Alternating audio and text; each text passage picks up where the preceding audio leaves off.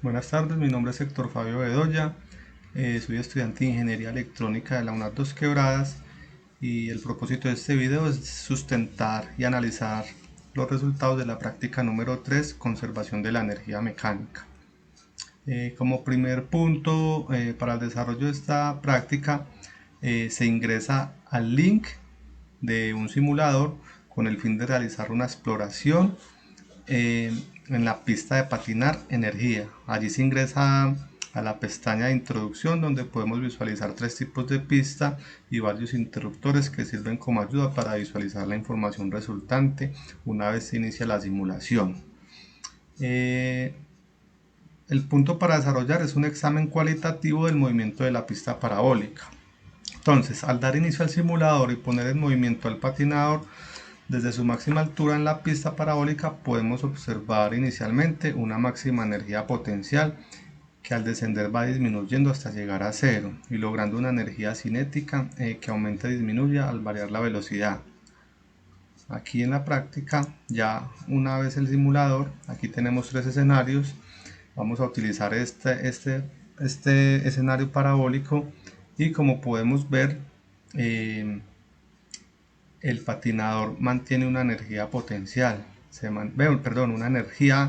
una energía total la mantiene, que es la suma de la energía cinética y la energía potencial. Al patinador llegar al punto más alto, llega a su máximo punto de energía potencial, y al llegar a su punto más bajo, es el máximo valor de su energía cinética, o sea, su velocidad. Acá podemos ver el gráfico de velocidad y su variación. Aquí la variación de la energía cinética potencial.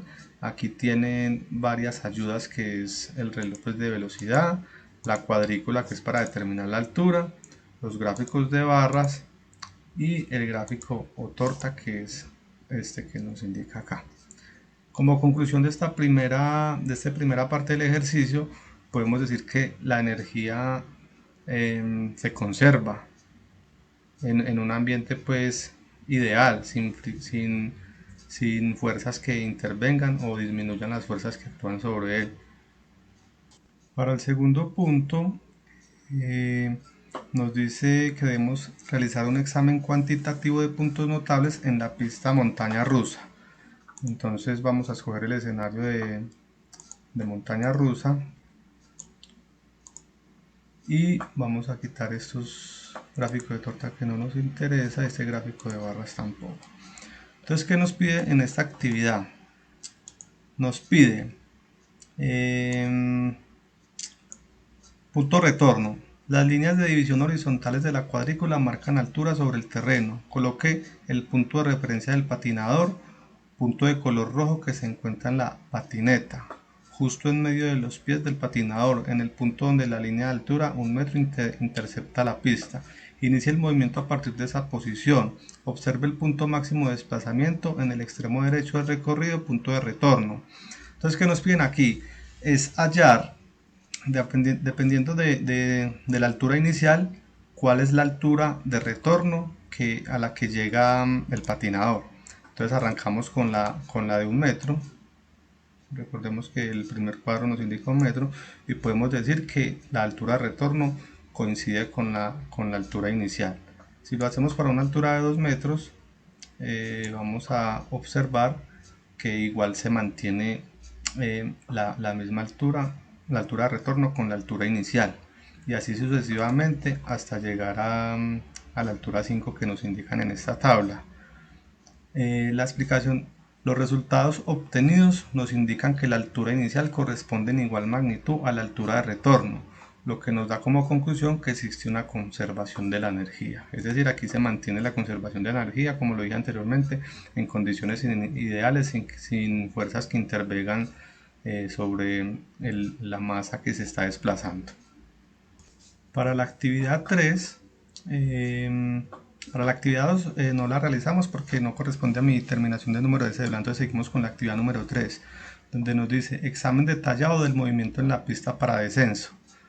Esta actividad la desarrollan solo los estudiantes cuyo último dígito terminan 5, 6, 7, 8 o 9. La mía termina en 6, entonces la voy a desarrollar.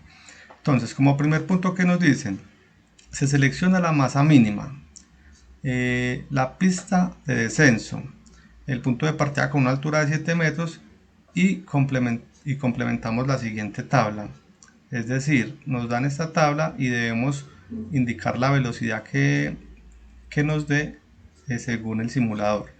Entonces, escogemos la pista rampa, la masa mínima y le vamos a dar una altura de 7 metros.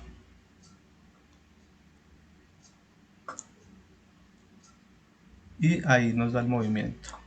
Entonces, ¿qué podemos decir con esto? Vamos a ponerlo en cámara lenta, le damos a reiniciar el movimiento y lo vamos pausando. Entonces quiere decir que a los 6 metros nos da una velocidad, según este reloj, cada línea indica una unidad de velocidad, entonces podríamos decir que 1, 2, 3, 4,2 metros aproximadamente. Entonces ese valor es el que introducimos en la tabla. Aquí lo ponemos 4,2 metros. Seguimos con el mismo movimiento. En el punto 5 nos da una velocidad de 2, 4, 6,2 aproximadamente. Aquí nos dio 6. Bueno, esto porque previamente yo lo había realizado. Seguimos con la altura de 4 metros, nos da más o menos 7,6. Para el valor, para una altura de 3 metros nos da más o menos 8, casi 9 metros sobre segundo. Aquí ponemos 8, aquí puse 8,9 y así lo hicimos hasta llegar a la altura de 0 metros. Entonces dice desarrollar un modelo puramente teórico para obtener una ecuación que exprese la velocidad en función de la altura en cualquier punto de la pista, es decir, velocidad final. En este caso consiste en resolver el siguiente símbolo. Entonces, ¿qué nos dice básicamente este ejercicio? Si aplicamos el teorema de la conservación de la energía mecánica, donde energía inicial es igual a energía final, sabemos que la energía es la suma de la energía cinética más la energía potencial. Entonces aquí lo partimos en energía inicial y energía final, donde decimos que la energía cinética es igual a un medio de la masa por la velocidad, como es el momento inicial, sería pues la velocidad inicial, más la masa por la gravedad por la altura inicial. Es igual lo mismo, pero con la energía final. Como la velocidad inicial es 0, cancelamos, quedando masa por gravedad por altura 1 es igual a un medio de la masa por velocidad final al cuadrado más masa por gravedad por altura final. Aquí simplemente vamos despejando hasta que nos quede la velocidad final sola. Entonces para esta igualdad podemos cancelar la masa quedando. Entonces la masa la cancelamos y nos queda como resultado que la velocidad final es igual a la raíz cuadrada de 2 veces la gravedad por altura inicial menos altura final. Como ejemplo para demostrar esta práctica que hicimos con la teoría, recordemos que aquí hallamos los valores con el simulador, con la práctica. Entonces aquí despejamos la fórmula para hallar esos mismos valores, pero de una manera teórica. Entonces ya teniendo esta fórmula, vamos a tomar como ejemplo con la altura de 3 metros y reemplazamos en la fórmula hallada. Entonces, velocidad final es igual a la raíz cuadrada de 2. Para esta práctica vamos a tomar el valor de la gravedad como 10 metros sobre segundo cuadrado. Entonces 2,10 por la altura inicial, que serían los 7 metros, que es el punto inicial, que sería acá en su máximo punto, acá. Y como momento final vamos a tomar 3 metros. Entonces vamos a reiniciarlo acá, le damos play y lo vamos adelantando hasta llegar a una altura de 3 metros. Aquí nos dice que nos dio más o menos 2, 4, 6, 8, casi 9 metros sobre segundo, que fue lo que inicialmente pusimos en este cuadro. Para 3 metros nos da 8,9 metros sobre segundo. Entonces vamos a reemplazar los valores para comprobar de que eso sí es cierto en la teoría. Entonces, 10 metros sobre segundo por 2, que es la gravedad. La altura inicial 7 metros y la altura final 3 metros. Entonces 2 por 10 da 20 metros sobre segundo y 7 menos 3 nos da 4 metros.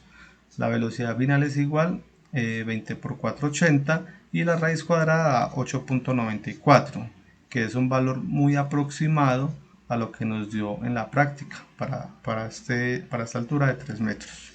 O sea, quiere decir que el ejercicio está bien desarrollado. Si hacemos esto con cada uno de las alturas, nos va a dar un resultado muy similar. Listo, entonces ya para el punto 11, ahora vamos a confrontar los resultados experimentales. Estos son los resultados que se hallaron en la práctica, dependiendo de la altura. La altura la vamos a tomar como el eje X y esta altura la vamos a elevar al cuadrado, que nos da como resultado este valor. Entonces, con los datos anteriores se saca la siguiente gráfica con su respectiva fórmula para hallar la pendiente por medio de Excel. Entonces, ¿qué hicimos? Ingresamos los valores de Y, ingresamos los valores de X y nos da esta gráfica donde por medio pues, del Excel podemos hallar la fórmula y este primer valor nos va a indicar la pendiente experimental. O sea, con los valores que hallamos, este valor nos da una pendiente de menos 20.095. Con la fórmula anteriormente hallada, hallamos la pendiente de forma teórica y reemplazamos los valores.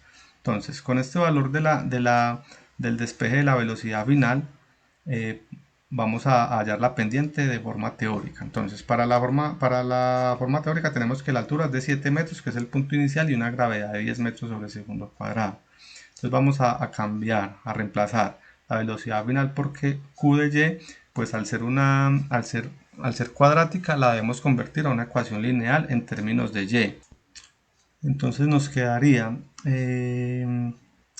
Q de Y es igual a 2 por 10, que es el valor de la gravedad, por 7m menos Y.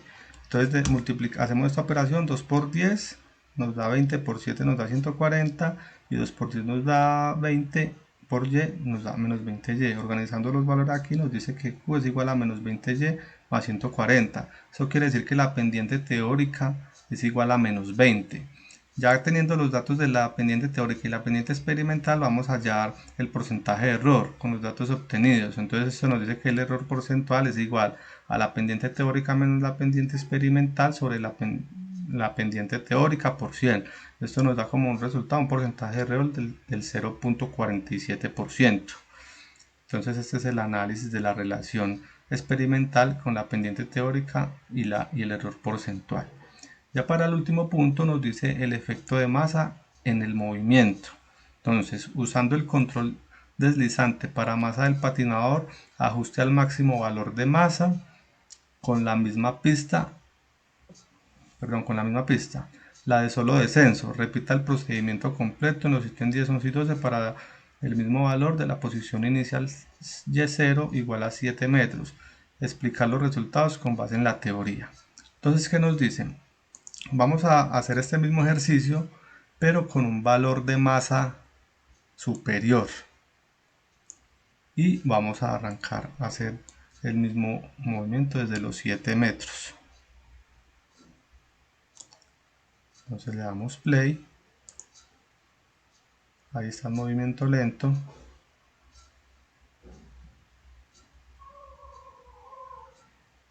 Y vamos a darle reiniciar el movimiento. ¿Con qué fin? Vamos a validar las velocidades. Recordemos que en la primera parte lo hicimos con una masa inferior y aquí lo estamos haciendo con una masa superior. Entonces vamos a tomar por ejemplo la velocidad en el punto 6. En el punto 6 aquí dice que nos da 1, 2, 3, 4.2 metros sobre segundo con una masa superior. Si miramos el cuadro anterior donde hallamos las velocidades, podemos decir que es la misma velocidad, inclusive si teniendo una masa superior. Vamos a hacerlo para un ejemplo para una altura de 2 metros. A ver cuánto nos llega. Para una altura de 2 metros nos dice que tiene una velocidad aproximada de 10 metros sobre segundo.